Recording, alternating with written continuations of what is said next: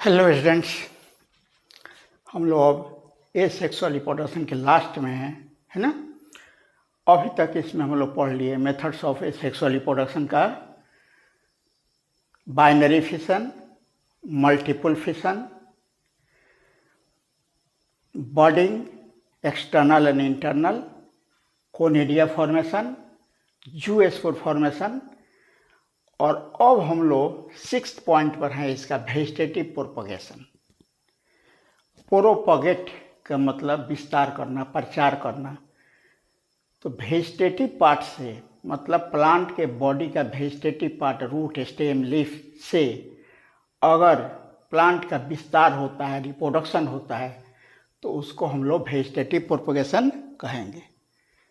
बात समझ में आ रही है? It is formation of new plants या plant by vegetative part of the plant.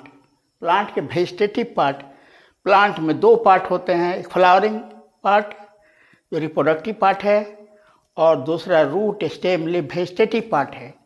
तो वेजिटेटिव पार्ट से ही अगर प्लांट बन जाता है तो वेजिटेटिव प्रोपगेशन या वेजिटेटिव रिप्रोडक्शन कहलाता है। 11th में हम लोग पढ़े हैं राइजोम, जिसका एग्जाम्पल गिंगर, टर्मेरिक, बनाना है। अंडरग्राउंड स्टेम है, उस पर बड डेवलप करता है, फेवरेबल कंडीशन में बड प्लांट का रूप ले लेता है, डेवलप कर जाता है प्लांट में। ट्यूबर, आलू हम लोग पढ़े हुए हैं, आलू पर नोट्स पाए जाते हैं, नोट्स पर बड रहते हैं और वही बड से नया प्लांट बन जाता है। हम लोग देखते हैं किसान को आलू को काट काट कर या पूरा आलू को, इंटायर आलू को ही वो जमीन में लगा देता है, उस पर बड रहता है और वही बड प्लांट बन जाता है। दूसरा है प्याज। प्याज का जो नीचे वाला पोर्शन है, स्टेम है, कंडेंस्ड रहता है, बहुत घना रहता है, नोड नज़दीक नज़दीक होते हैं। नीचे से, उस स्टेम के नीचे से फाइब्रस रूट निकलता है और ऊपर वाले भाग से बड निकलता है और लिप्स निकलते हैं। वही लिप्स एडिबल है, उसी लिप्स को हम लोग खाते हैं और उसी में बड रहता है जिसे प्लांट डेवलप करता है। इस तरह राइजोम, ट्यूबर, बल्ब। चौथा है रनर, दूब इसका एग्जाम्पल है। धरती पर हॉरिजॉन्टली पड़ा रहता है, धरती के सरफेस के समानांतर रहता है और ये आगे की ओर डेवलप कर जाएगा, डेवलप करता रहता है और प्रत्येक नोड से रूटिंग होता है, प्रत्येक नोड पर रूट्स लगे रहते हैं। रूट्स पर ही बड डेवलप, रूट्स के ऊपर मतलब नोड पर ही नीचे की ओर रूट निकलेगा और ऊपर की ओर बड निकलेगा, जिससे प्लांट का फॉर्मेशन होता रहता है। समझ में नहीं आई बात? रनर्स जो होते हैं ना, दूब इसका एग्जाम्पल है। धरती के सरफेस पर ये दौड़ता रहता है, इसे नाम रनर है। प्रत्येक नोड पर रूट रहता है, प्रत्येक नोड पर ऊपर की ओर बड और लिप्स निकलते हैं। ये बड जो है ना फिर नया प्लांट बना देता है। शक्कर, गुलदाउदी, क्राइसैंथेमम इसका एग्जाम्पल है। स्टेम के नीचे वाले भाग से जो अंडरग्राउंड रहता है, वहां से तिरछा ऑब्लिकली बाहर की ओर एक ब्रांच निकलेगा, एक मेन प्लांट से एक स्ट्रक्चर निकलेगा तिरछा और ऊपर की ओर हवा में जाकर प्लांट बना देता है। ऑफसेट एक इंटरनोड का होता ही है। ये एग्जाम्पल इसका आइकॉर्निया है, मेन प्लांट बॉडी से वो डेवलप करता है। इसको ऑफसेट को सब 11th में हम लोग ये सब पढ़े हुए हैं, स्टेम के मॉडिफिकेशन में, है ना। Eichhornia is a weed. Important बात इसका, ये क्वेश्चन पूछता है कि आइकॉर्निया जो है ना, आइकॉर्निया अपने यहाँ का प्लांट नहीं है, एक्सोटिक प्लांट है। ये बाहर से मंगाया गया था इसको, है ना, अंग्रेजों के टाइम में। क्यों मंगाया गया था, क्या इसकी खूबी थी? इसका फ्लावर काफी ब्यूटीफुल रहता है और लीफ का शेप भी ब्यूटीफुल है। ये दोनों बात याद रखनी पड़ेगी, क्वेश्चन रहता है। इसी कारण इस प्लांट को इंडिया में मंगाया गया था पहली बार, बंगाल में। इसमें वेजिटेटिव रिप्रोडक्शन काफ़ी तेज़ी से होता है और इस तरह पूरा वाटर बॉडी को ही घेर लेता है और ऑक्सीजन ड्रॉ कर लेता है पानी से जो उसमें मछलियाँ वगैरह रहती है या और कोई जीव रहता है तो मरने लगता है।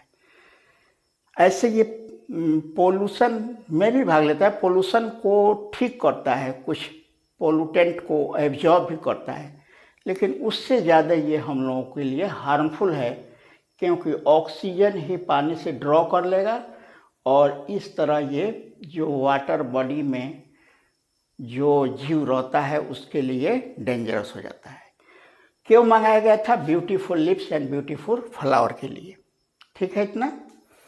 बल्बिल्स एक प्लांट में पाया जाता है, छोटा छोटा बल्ब की तरह ही दिखाई देता है, डिटैच हो जाएगा, टूट कर अलग गिरेगा, प्लांट बना लेगा। ये एग्जाम्पल याद रखना पड़ेगा।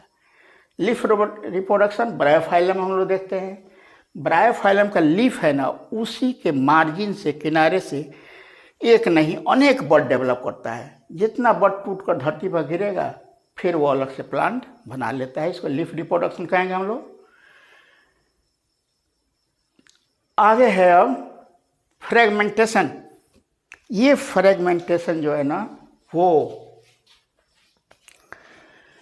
छोटे छोटे प्लांट्स जैसे अलगी, फंजाई, ब्रायोफाइट्स, ये सब प्लांट्स जो होते हैं ना, उसके बॉडी फ्रेगमेंटेड हो जाते हैं, टूट जाते हैं, और टूटा हुआ प्रत्येक भाग फिर प्लांट का फॉर्म ले लेता है या प्लांट में डेवलप कर जाता है। हम लोग यहाँ तक कंप्लीट कर लिए as methods of asexual reproduction. थोड़ा लंबा था ये, है ना।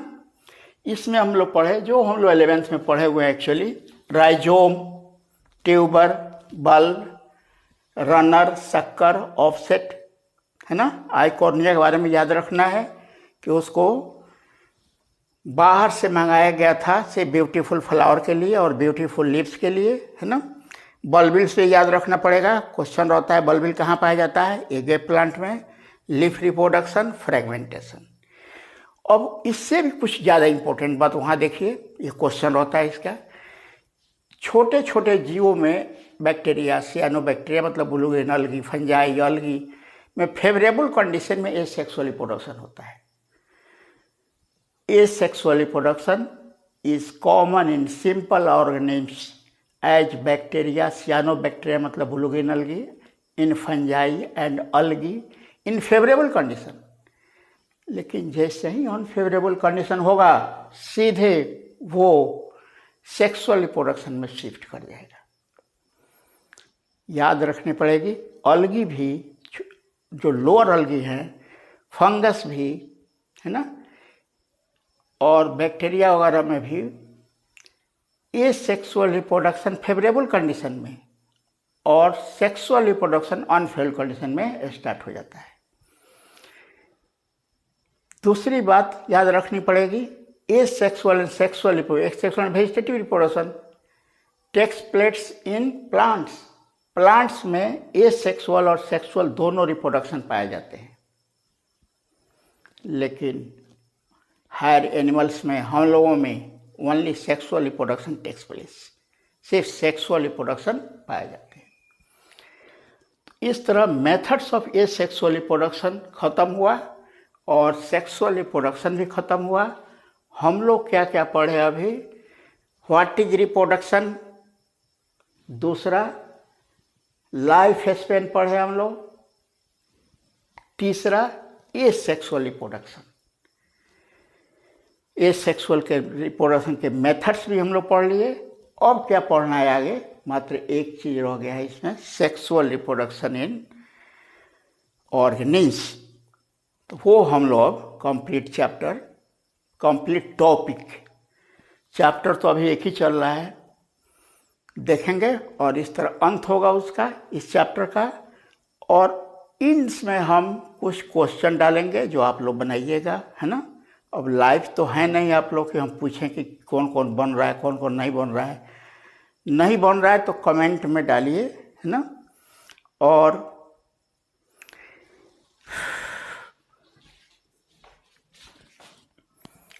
Thanks for watching.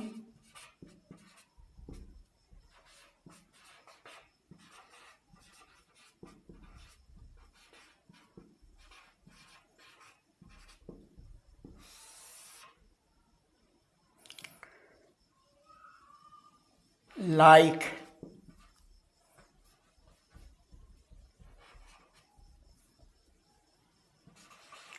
do,